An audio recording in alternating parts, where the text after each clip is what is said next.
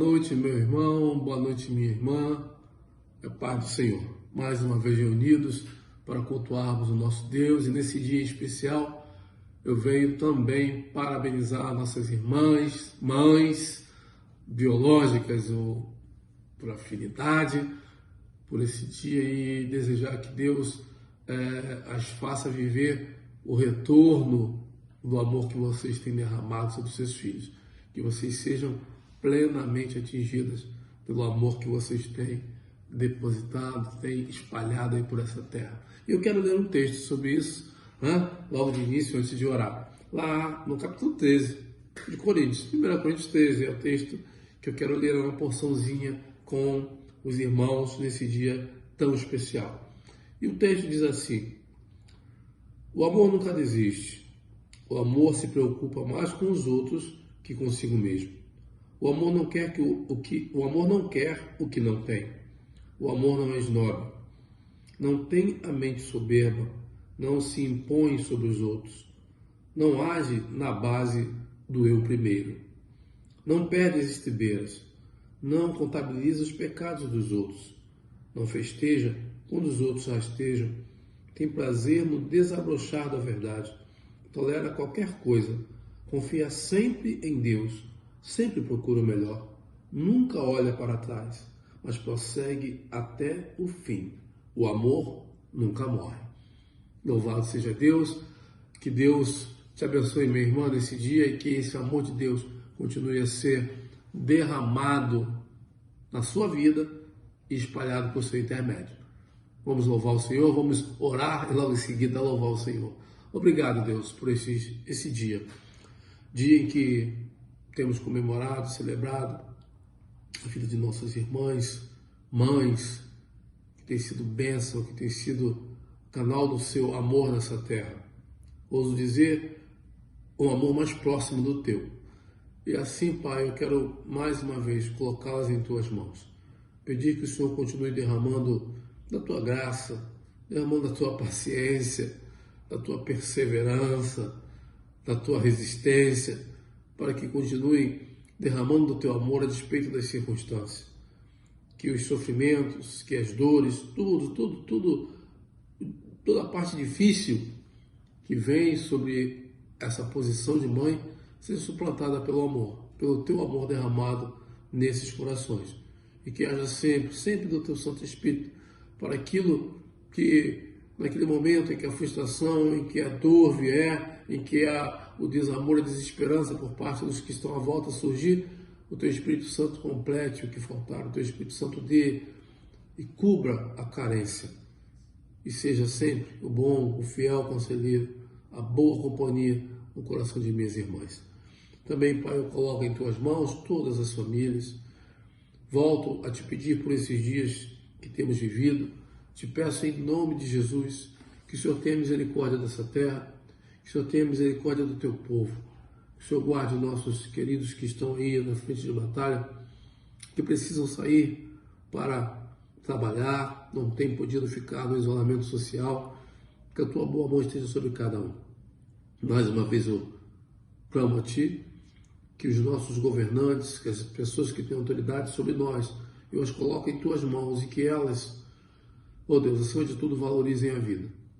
Que nessa hora, Pai, possamos olhar para o que é mais importante, fazer o que há de melhor, e que esse seja o intuito, que essa seja a intenção de cada um, e que as demais coisas sejam deixadas de lado. Quanto ao teu povo, o povo que tem buscado a tua face, dá-nos firmeza, perseverança, e que nesse momento, Pai, não sejamos boca de maldição, boca de pesar, mas tenhamos palavras de ânimo, palavras de vigor, palavras de esperança, até porque a nossa esperança maior é a esperança da tua vida, e não há circunstância que possa fazer isso mudar. Assim, Pai, coloco o coração de nossos irmãos, de meus irmãos, em tuas mãos. Que o Senhor nos sustente, que o Senhor nos firme, que o Senhor nos dê sabedoria para vencer esses dias com o teu auxílio, com o teu amparo, com a tua proteção. Fica conosco.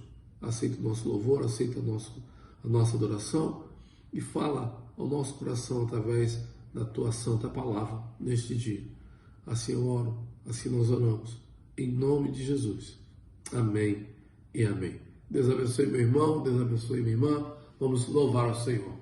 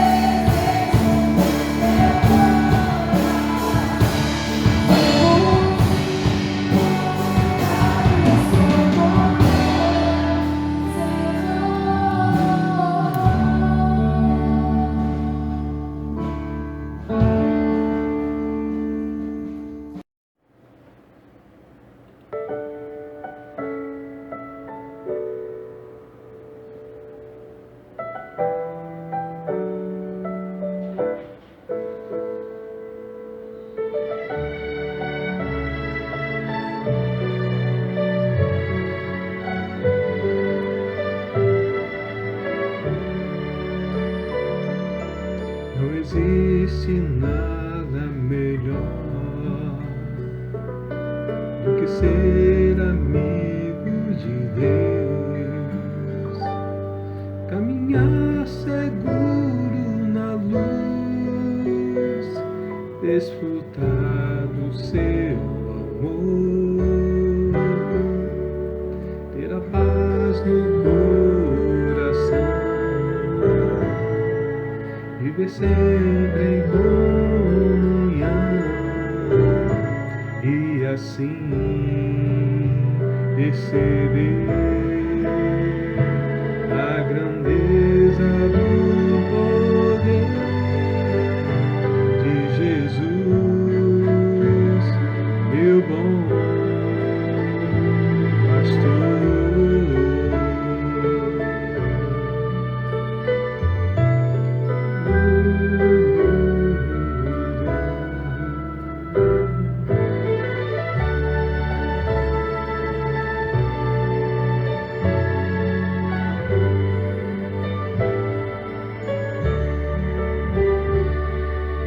Não existe nada melhor do que ser amigo de Deus, caminhar seguro na luz, desfrutar do seu amor, ter a paz no coração, viver sempre em comunhão e assim perceber a grandeza do poder de Jesus, meu bom pastor. Ter a paz no coração, viver sempre em comunhão e assim perceber a grandeza do poder de Jesus, meu bom pastor,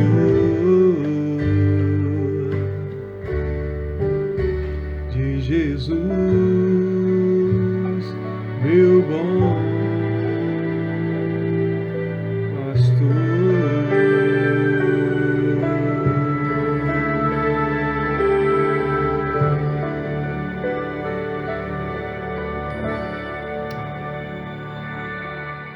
A paz dos seus irmãos e irmãs, e nesse dia também gostaria de deixar aqui as minhas felicitações pela passagem de uma data tão comemorativa, tão importante, de pessoas importantes, como as mães. E aqui fica aqui todo o meu agradecimento pela vida de vocês. Peço a Deus que continue abençoando imensamente, grandemente a vida de vocês. Depois da gente ouvir o louvor, ouvir a palavra inicial do pastor Ayrton, chegou o momento da gente meditar sobre a palavra. E eu gostaria de meditar com vocês em 1 Pedro, capítulo 2, versos de 1 a 4. Vamos ler. Despojando-vos, portanto, de toda maldade e dolo e de hipocrisias, e inveja e de toda sorte de maledicência, desejai ardentemente, como crianças recém-nascidas, o genuíno leite espiritual, para que, por ele, vos seja dado crescimento para a salvação, se é que já tendes a experiência de que o Senhor é bondoso. Chegando-vos para ele a pedra que vive, rejeitada, sim, pelos homens, mas para com Deus eleita e preciosa. Oremos. Amado Deus, amado Pai, obrigado, Senhor Deus, por essa oportunidade de ouvir a Tua palavra, de meditar, de refletir, Senhor Deus, nesse dia tão importante, Pai, em que nós comemoramos o Dia das Mães. Senhor Deus, em que a maternidade é tão importante, Pai, que o Senhor Jesus nasceu de uma, de uma mulher, Pai, de Maria, mulher virgem, Pai amado, que ela concebeu Jesus através do Teu Espírito Santo. Ó Deus, nessa noite, o Senhor possa falar aos nossos corações, nessa data festiva, Senhor Deus, festejada, Pai, e o Senhor possa usar-me, o Senhor possa, Senhor Deus, transmitir tudo aquilo que o Senhor colocou no meu coração. Assim nós esperamos, Pai, e queremos, nesse momento, consagrar esse tempo ao Senhor e ouvir a Tua palavra. Assim, Pai, é a minha oração, em nome do Teu Filho amado Jesus. Amém. Eu gostaria de meditar com os irmãos e começar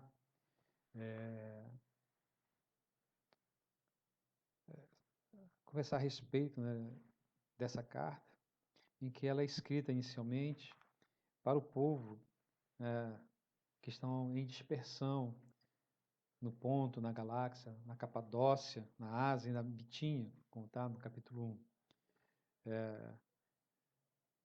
Povo que foi eleito para Deus, para a santificação no Espírito, para a obediência e a aspersão do sangue de Jesus. O apóstolo Pedro faz essa saudação inicial, situando a quem ele queria escrever. E eu gostaria de meditar com os irmãos no capítulo 2, em que o apóstolo Pedro ele vai falar acerca da vida espiritual. E o título do capítulo 2 é Os crentes são a casa espiritual edificada em Cristo. Eu gostaria de começar exatamente a fazer esse paralelo entre cristãos e casa. Quando compramos uma casa ou adquirimos uma, ainda que seja na planta, é necessário que ela seja adaptada ao nosso gosto, ao gosto do comprador. Escolhemos piso, revestimento, fazemos novas pinturas, modificamos cômodos, procuramos comprar o melhor para ela. Principalmente quando nós entramos numa casa já construída, nós procuramos observar os defeitos e vamos eliminando os defeitos que nelas existem. Se há vazamento, nós vamos procurar tirar o vazamento, procuramos tirar, né, os mofos das paredes, o mato, o lixo, as teias de aranhas. Então, em algumas situações, fazemos até a modificação da frente da casa, da parte exterior. Ou seja, a gente faz uma reforma na casa como um todo. Nós queremos melhorar aonde nós vamos morar. Então, as mudanças se fazem necessárias para que nós possamos estar naquilo que nós vamos considerar o nosso lar. A habitação aonde nós vamos passar boa parte da nossa vida. Talvez você esteja aí sentado, pensando mudar a sua casa, tentando fazer uma reforma, mas aí vem a sua mente que fazer reforma, mudar as coisas, você mexer numa coisa que está quieta, normalmente você vai dobrar o trabalho, vai triplicar o trabalho, principalmente os gastos. Mas vai chegar um ponto que é necessário fazer essas reformas. Tá? E a gente precisa fazer, a gente precisa nem sequer mudar as coisas, mudar os estofados de lugar, mudar os cômodos, mudar a cama de posição. Mas alguma coisa a gente vai fazer quando a gente não está satisfeito aonde nós estamos. Eu posso dizer que, fazendo esse paralelo, em que paralelo entre a casa espiritual e o cristão, que Pedro faz na sua carta, ou ele leva a esse pensamento, a gente trazendo isso para nós somos essa casa em que o Espírito Santo quer habitar em nós. Essa nova casa é a nossa redenção a Cristo, para que o Consolador, o Espírito Santo, comece a habitar. Ele comece a entrar e comece a olhar o que há em nós, o que precisa ser mudado. Ele é santo, logo ele quer uma casa espiritual limpa. Ele precisa fazer algumas mudanças para poder morar em nós. E como um novo inquilino, como um novo morador, ele vai fazer as mudanças, aquelas mudanças que agradam ele e que são necessárias que nós passemos. Porque o Espírito Santo, ele não habita aonde há pecado. O Espírito Santo, ele vai habitar aonde tem uma casa espiritual santificada, edificada em Cristo. E eu gostaria de pontuar a nossa reflexão de hoje à noite, e aquilo que Deus falou no meu coração, em 3 verbos que estão distribuídos nos versos 1, 2 e 4. Quais sejam? Despojar, desejar e chegar. O apóstolo Pedro faz uma abordagem forte usando esses 3 verbos, 3 ações que nós devemos desenvolver, não pela nossa capacidade, mas pelo Espírito que habita em nós. Eu quero aqui abrir um parênteses. Talvez você esteja aí em casa e ainda não tenha aberto seu coração para Jesus. Ou você que está em casa, que está afastado do Senhor Jesus. Não espere você mesmo consertar a sua casa. Porque nós não somos capazes de fazer isso. É necessário que a gente deixe que o novo inquilino, o novo morador, faça essas alterações. O que nós temos que concorrer, o que nós temos que fazer para essa melhora é deixar que ele faça. Imagine você chegando dentro de uma casa que você quer fazer uma reforma, e ela começa a dizer para você, não, eu não quero perder esse mofo. Não, essa teia de aranha aqui já está há muitos anos, então eu não quero, ela pode ficar aqui. Não, eu não quero receber uma nova pintura, essa tinta aqui já está há 30 anos. Seria difícil fazer uma reforma nessa casa. Mas é isso que muitas vezes nós fazemos com Deus. Nós não deixamos que Ele faça a reforma necessária. Então, o apóstolo Pedro, ele faz essa exortação a esse povo, que embora já andasse com Cristo, mas precisava deixar que o Espírito de Deus fizesse as transformações, as reformas necessárias. E ele começa no verso 1 usando o verbo despojar. E ele fala assim, no verso 1 do capítulo 2, despojando-vos, ou seja, deixar de lado, não dar importância, desviar o foco. O nosso foco já não pode ser mais as coisas velhas. Nós temos que olhar para o novo, aquilo que dá vida, aquilo que vai dar alegria, aquilo que vai dar um ar de limpeza em nossas casas. E o apóstolo Pedro diz: despojando-vos, portanto, de toda maldade e dolo, de hipocrisias e invejas e de toda sorte de maledicências. Quero dizer para você nessa noite que o Espírito ajuda-nos a tirar todo esse pecado que há em nós, principalmente limpando da maldade, do dolo, hipocrisia, inveja e toda sorte de maledicência. A isso chamamos de santificação, pois é a purificação do novo lar espiritual do Espírito Santo. Para que Deus habite em nós, nós precisamos deixar de lado essas coisas. A casa antiga, cheia de defeitos, precisa passar pela reforma.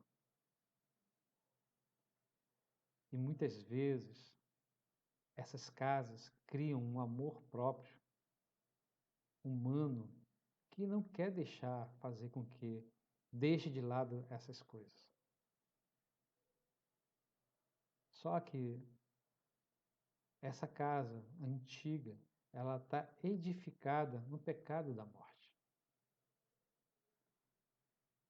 Vamos ver cada um item desse. Eu vou me deter um pouco mais nesse verso 1, para que a gente possa entender que tipo de casa nós estamos sendo para Deus. Se nós estamos sendo uma casa que agrade a Deus, em que Ele tenha prazer de ficar, ou se a gente está ainda com alguns defeitos que a gente resiste para que o Espírito de Deus não faça a reforma. E o primeiro deles é o sentimento da maldade. Esse sentimento precisa ser limpo, ser tirado de nós. Não há sequer um pensamento de bem, pois a nossa justiça não é a mesma justiça de Deus. Quando nós tentamos fazer uma boa ação, ainda assim não vamos produzir bons frutos. Somos tentados a dar com uma mão e tirar com a outra. Em tudo que se faz, o pensamento é de ter algum benefício, mesmo que seja um pequeno reconhecimento do esforço.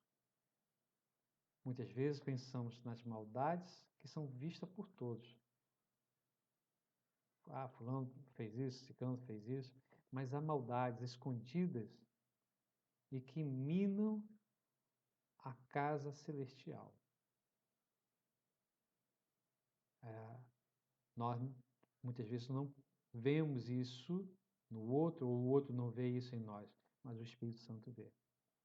E quando ele começa a habitar nessa casa que está cheia de defeitos, ele vai olhar e vai reconhecer que essa casa precisa ser limpa da maldade.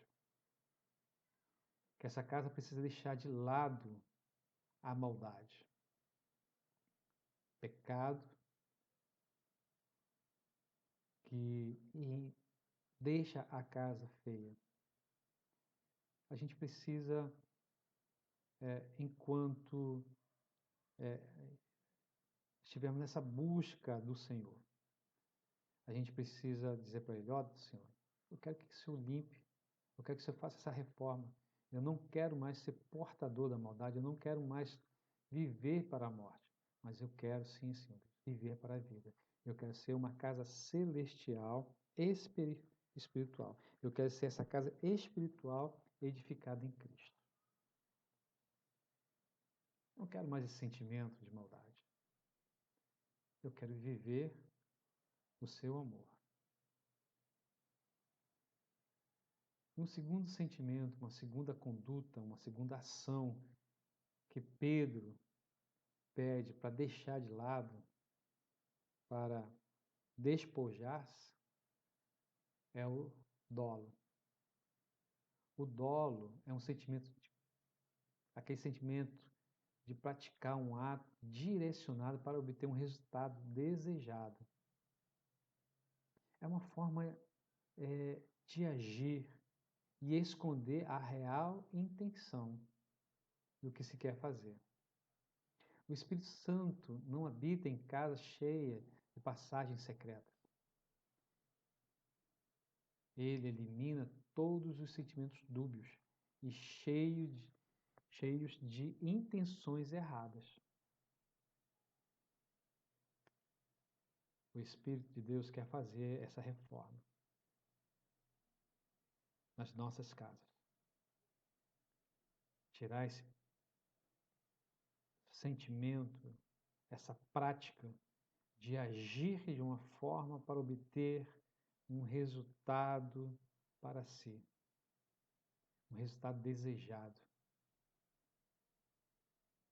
Mas, de repente, até o que se deseja é lícito, porém a forma como se obtém não é a melhor, não é a correta. Os meios não podem, né, os fins não podem justificar os meios. Os meios não podem ser usados para conseguir a qualquer custo aquilo que deseja. E muitas vezes nós estamos carregados desse dolo, dessas intenções. E a gente precisa permitir que o Espírito Santo nos ajude a deixar de lado essa prática, né, esse sentimento.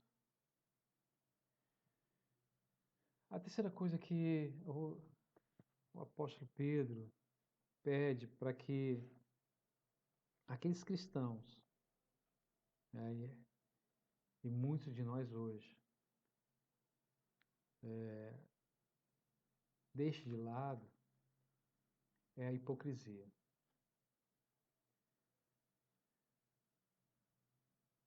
Nós precisamos tirar a hipocrisia de dentro dos nossos lares. Ela enfeia a casa. Ela deixa um ambiente ruim. Porque ela pode aparentar uma beleza. Mas quando a gente vai mexer, né, naquilo que parece ser belo, a gente observa que é muito feio. Então a hipocrisia é como a pessoa vivesse em um palco, vivendo um personagem que não é.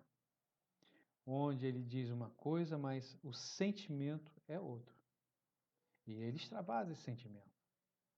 Mas quando ele sobe ao palco, ele pratica outra ação, ele fala outras palavras. E isso vai deteriorando o ser humano, as suas relações.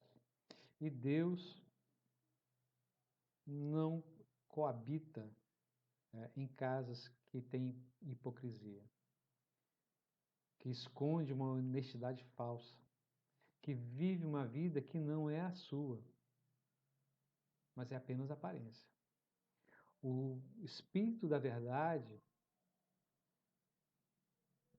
para morar nessa casa, ele precisa limpar a hipocrisia. Ele precisa fazer a reforma, retirar de dentro dessa casa a hipocrisia. Outro defeito muito comum em casas defeituosas é a maledicência. Para mim, acho que essa é a pior entre os pecados aqui elencados por Pedro. Porque quem usa da maledicência quer obter vantagem. Passam a prejudicar o próximo só para auferir, só para obter vantagem para si. Isso é pecado. Maledicência é pecado. A maledicência, para ela prosperar, uma casa cheia de maledicência, ela usa da calúnia e difamação. Ela não dá chance à pessoa de saber que ela está sendo atacada. Ela é atacada sorrateiramente. A pessoa que é alvo da maledicência é minada e ela não sabe que está sendo minada. Ela não sabe que está sendo alvo de calúnia, de difamação, de conversas paralelas, de conversas que não edificam. E aí é muito difícil.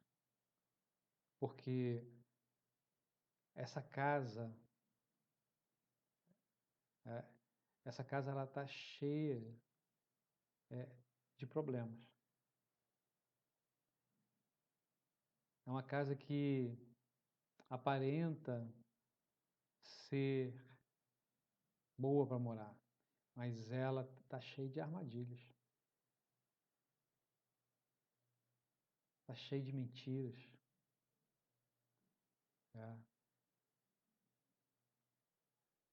Às vezes motivado pela inveja, pelo egoísmo. Mas o Espírito que santifica, se a gente deixar de lado essa coisa, ele vai limpar e consertar esse tipo de defeito. E a casa vai passar a ser uma casa habitável. E você vai poder sentir o bom aroma. Você se despojando dessas coisas, permitindo que o Espírito Santo faça a reforma, você vai ter todos os benefícios de uma casa espiritual, que é muito melhor daquelas casas que são edificadas no pecado.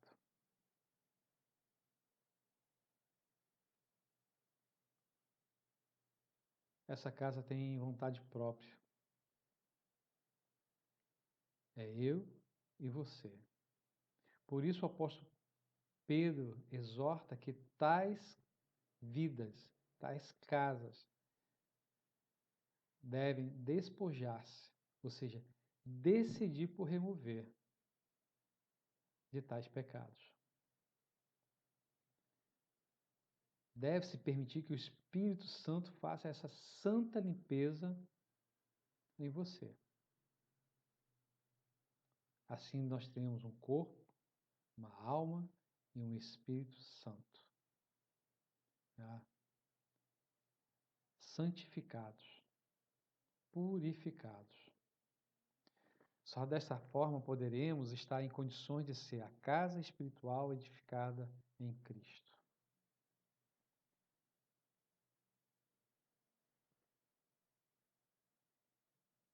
Mas você pode estar pensando assim, mas eu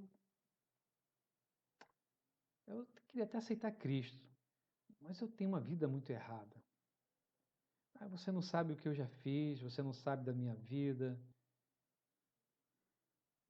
Eu já fui da igreja, eu estou afastado, mas eu já fiz muita coisa errada. Eu preciso primeiro me consertar. Deixa eu dizer uma coisa para você. Você sozinho não consegue. Você precisa deixar que o Espírito Santo entre no seu coração e comece a fazer a limpeza. Para que você possa cumprir essa exortação de Pedro. A exortação de Pedro em que você vai também agir junto com o Espírito Santo. Porque o Espírito Santo começa a habitar em você. E a justiça que é feita não é mais a sua, mas é a justiça de Deus. E Ele vai fazer com que você tenha a força necessária para deixar de lado esses pecados. E muitos outros. Mas principalmente esses que o apóstolo Pedro nos exorta a deixar de lado. E a nossa casa começa a ficar limpa. E o Espírito de Deus começa a habitar em nós. Porque a casa agora não está mais edificada no pecado, mas está edificada em Cristo Jesus, que é a própria vida. precisamos meditar nessa reflexão da porção da carta do apóstolo Pedro. Ele, ao mesmo tempo que exorta, não significa que nós temos que nos esforçar com o próprio sentimento humano. Não. Sozinho nós não conseguimos. É necessário que o Espírito esteja em nós. Nós vamos nos esforçar. Nós vamos pagar o preço de tirar a tinta velha, de tirar os rebocos que estão soltos, de quebrar tijolos, quebrar paredes. Isso tudo dói. Mas com o Espírito Santo, que é especialista, e ele faz uma cirurgia, e essa dor é mínima.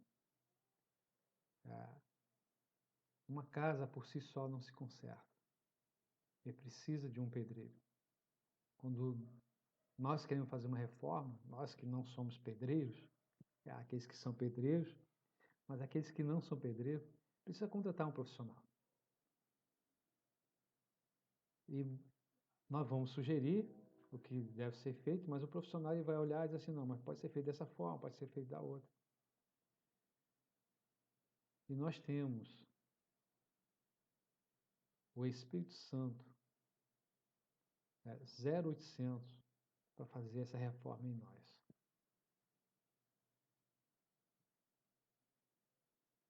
Permita que o Espírito Santo trabalhe na sua vida, trabalhe no seu coração.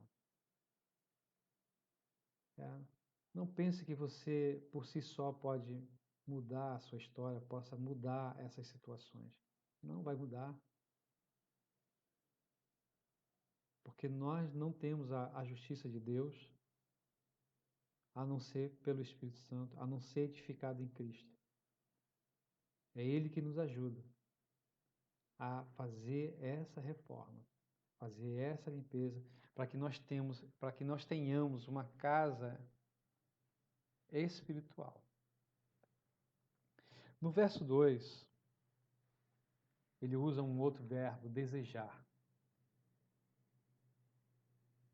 Pedro fala assim, desejai ardentemente, como crianças recém-nascidas, o genuíno leite espiritual, para que por ele vos seja dado crescimento para a salvação. O apóstolo Pedro faz um outro paralelo entre uma casa espiritual edificada em Cristo, qual seja, o de uma criança recém-nascida, que deseja ardentemente o leite materno. O recém-nascido espera receber o alimento que lhe dará vida, que vai aplacar a sua fome. Assim, somos exortados a buscar o verdadeiro alimento que é Cristo. Ora, e qual é esse verdadeiro alimento? Senão o Senhor, senão a sua palavra. Enquanto que o verdadeiro alimento para uma criança, para ela viver, é o leite materno, nós, crianças espirituais, nós vamos também atrás desse leite. E esse leite é a palavra. Esse leite é Cristo.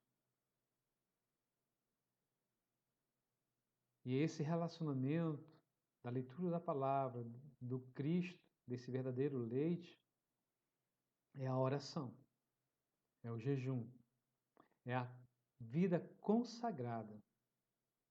Então, quando Pedro diz que nós devemos desejar ser como crianças, o aspecto que eu vejo nessa passagem é, olhando para uma criança recém-nascida, quando ela sai do útero, ela já procura o alimento. Mas não é qualquer alimento que vai dar vida a ela.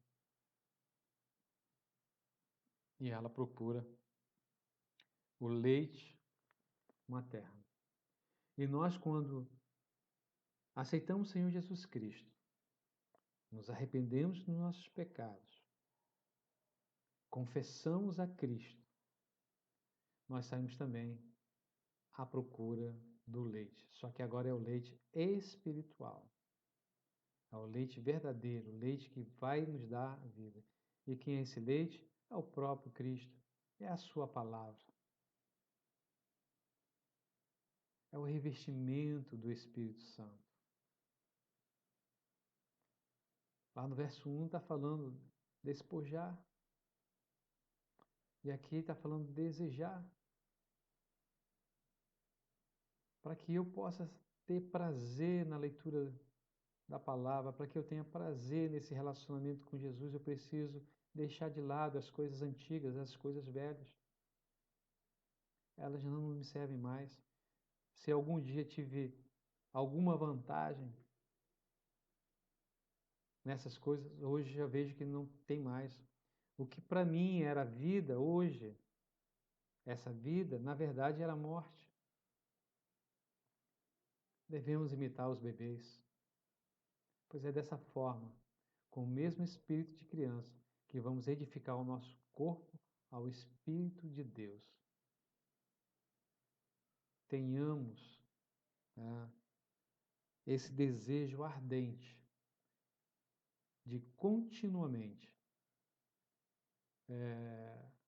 buscar a presença de Deus e ter prazer na leitura da sua palavra.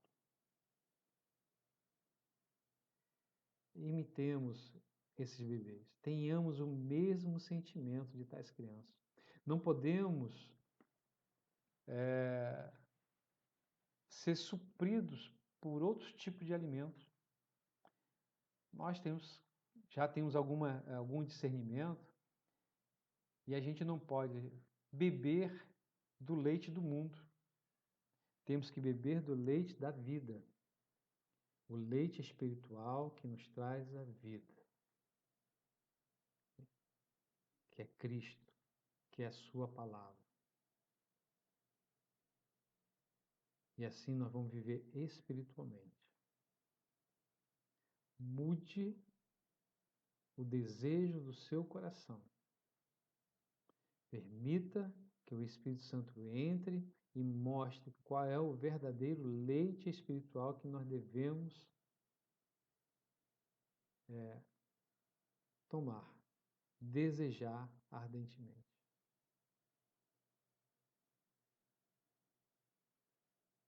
Dessa forma, nós vamos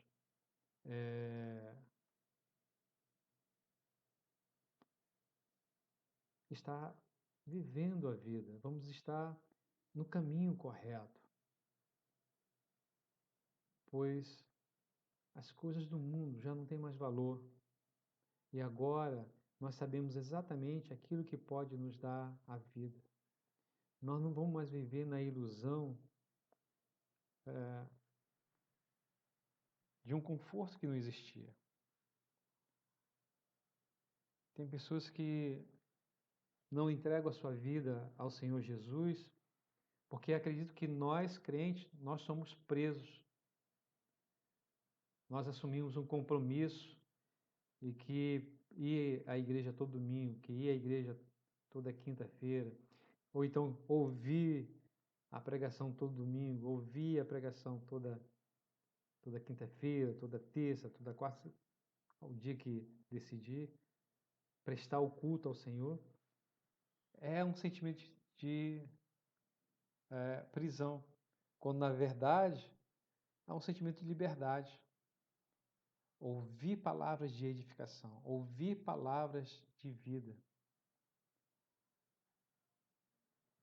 Porque um coração transformado, um coração que está sendo tratado pelo Espírito Santo, ele já não vai mais aceitar a morte. Ele já não vai mais aceitar uma vida de desesperança. Uma vida em que você dá um passo à frente e depois você dá 3 passos atrás.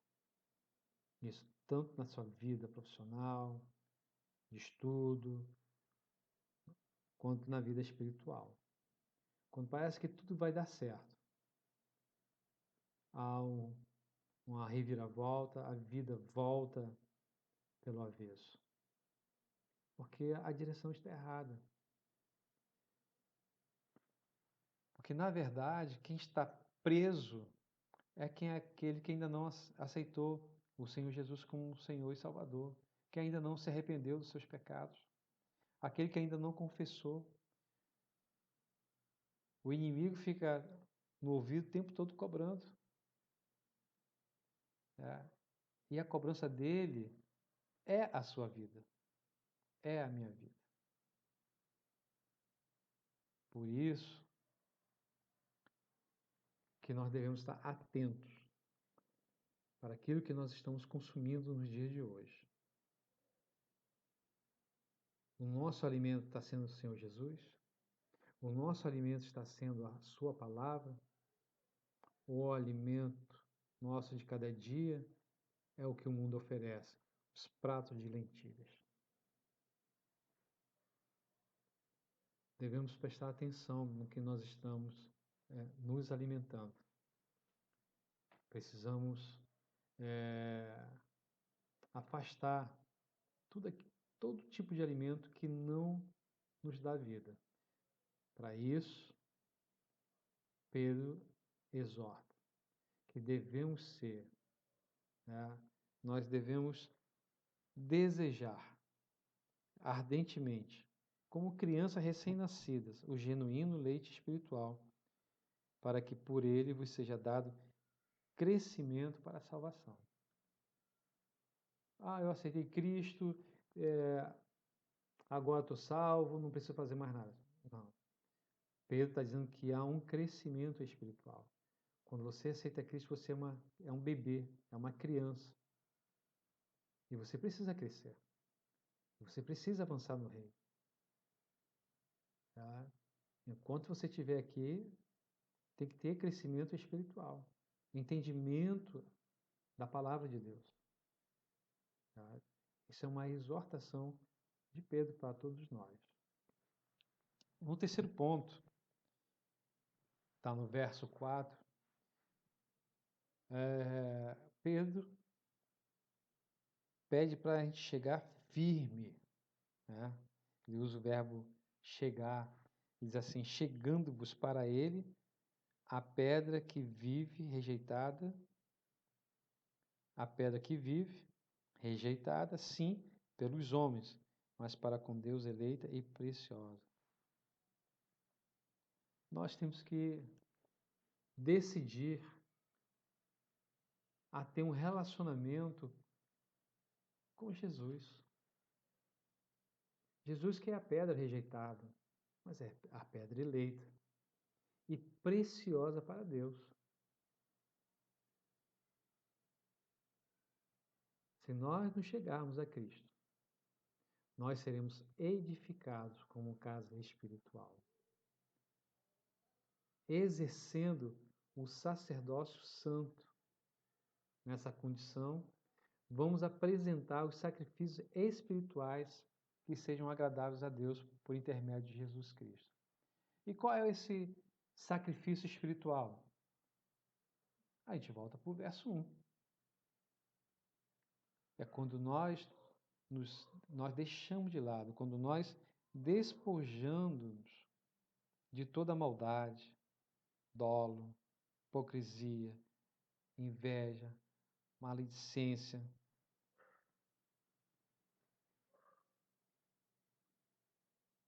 Nós estamos oferecendo o nosso sacrifício a Deus, um sacrifício que agrada a Ele, um sacrifício que, por aceitarmos a Cristo, Deus vai receber, porque sabe que é um sacrifício genuíno. Por isso que lhe agrada. Então, o verso 1 ali não está solto. Pedro começa essa abordagem no verso 1, a respeito desses pecados que habitam na velha casa. Mas à medida que essa casa vai sendo limpa, esse desejo pelo leite espiritual vai crescendo. E a vontade de chegar firme em Jesus também vai crescendo. Não são as circunstâncias que vão ditar esse crescimento espiritual, essa limpeza dentro da casa.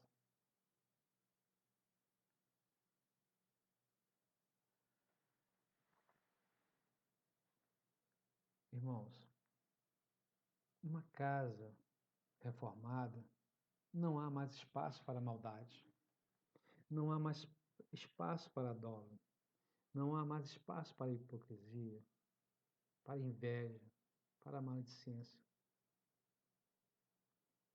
Quando nós deixamos essas coisas de lado, elas são agradáveis ao Senhor. E quando nós fazemos isso, é a forma que nós demonstramos para Deus que chegamos firme nesse relacionamento. Chegando-vos para Ele, com firmeza, com a certeza, porque nós sabemos quem é o Senhor Jesus Cristo. Sabemos aonde Ele está nesse momento. Sabemos o que Ele continua fazendo por nós. Dessa forma, nós somos a casa espiritual, firmada, edificada em Cristo Jesus. Eu gostaria de encerrar dizendo o seguinte, que podemos chegar a essa casa edificada em Cristo.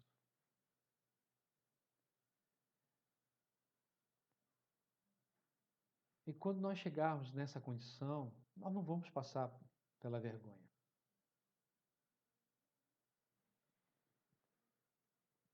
Sabe por quê? Quando nós fazemos esses sacrifícios, nós alcançamos algumas condições que o próprio Deus nos dá. Nós passamos a ser a raça eleita, o sacerdócio real, a nação santa, povo de propriedade exclusiva de Deus. E é pela misericórdia de Deus que nós alcançamos isso. Não é porque nós deixamos fazer a reforma.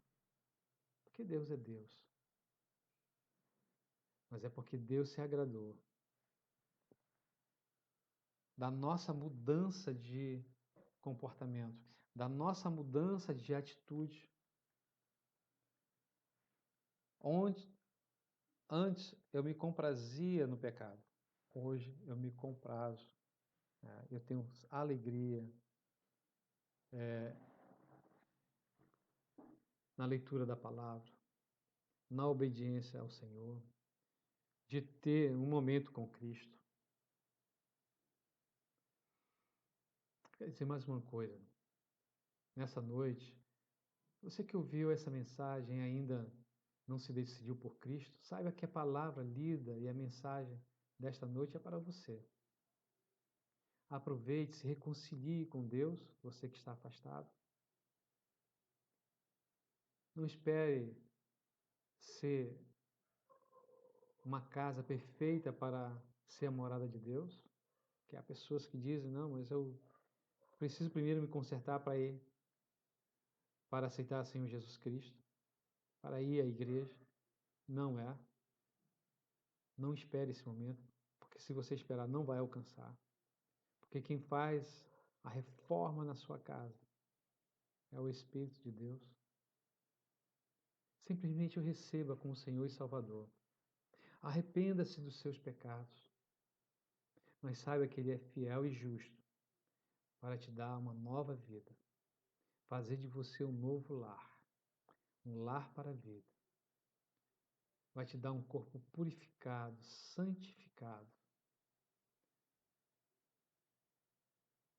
Não é você sozinho que fará essa limpeza do pecado. Mas é o Espírito de Deus agindo em você, dentro de você, de dentro para fora, não é de fora para dentro, de dentro para fora, que vai fazer essa reforma, que vai fazer você mudar de direção. Antes você olhava para a morte, agora você vai olhar para a vida. Sabe por quê? Um novo inquilino santo é que irá modificar a sua casa. Ele vai modificar a sua história. Aceite o Senhor Jesus como Senhor e Salvador.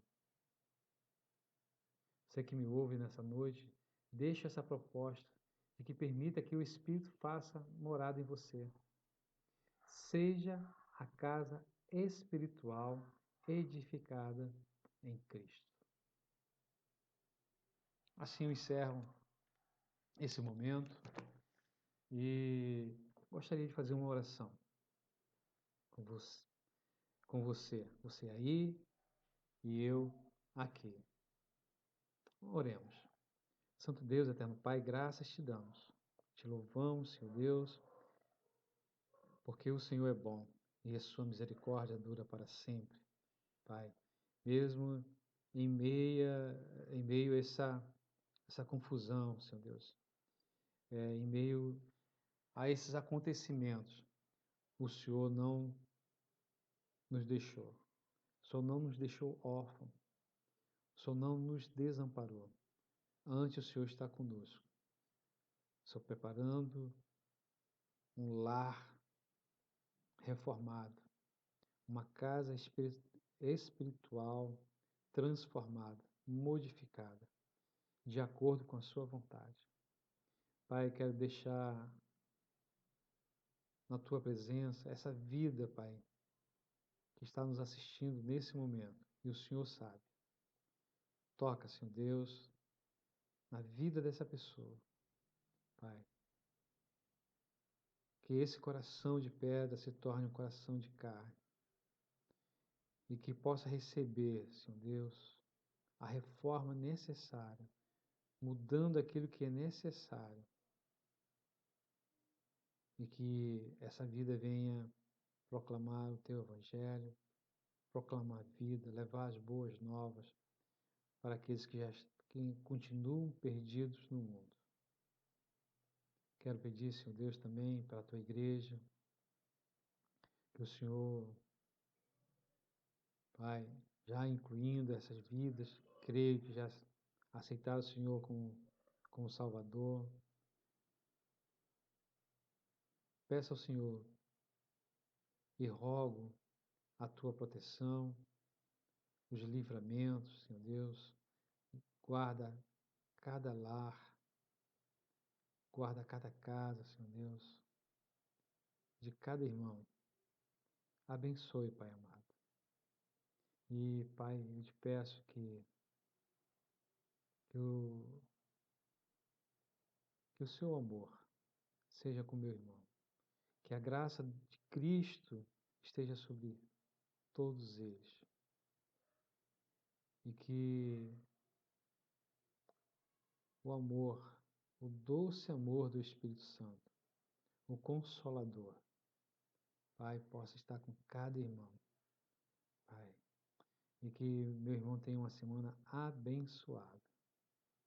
E colocamos também, Pai, em nossas orações, as autoridades desse país, que estejam agindo conforme a tua vontade. Colocamos, Senhor Deus, a vida dos cientistas, Pai, para que eles encontrem a solução para voltar a uma vida de normalidade. E colocamos especialmente, Pai, os profissionais de saúde, que estão na linha de frente, profissionais que não retroagem, profissionais que dão a própria vida, Pai,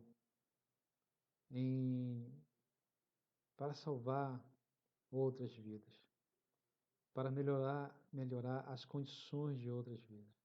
Pai, seja, Pai, com esses profissionais. Ó Deus, nós pedimos a tua bênção, Pai, que o Senhor possa trazer todo conforto para esses dias difíceis, Pai.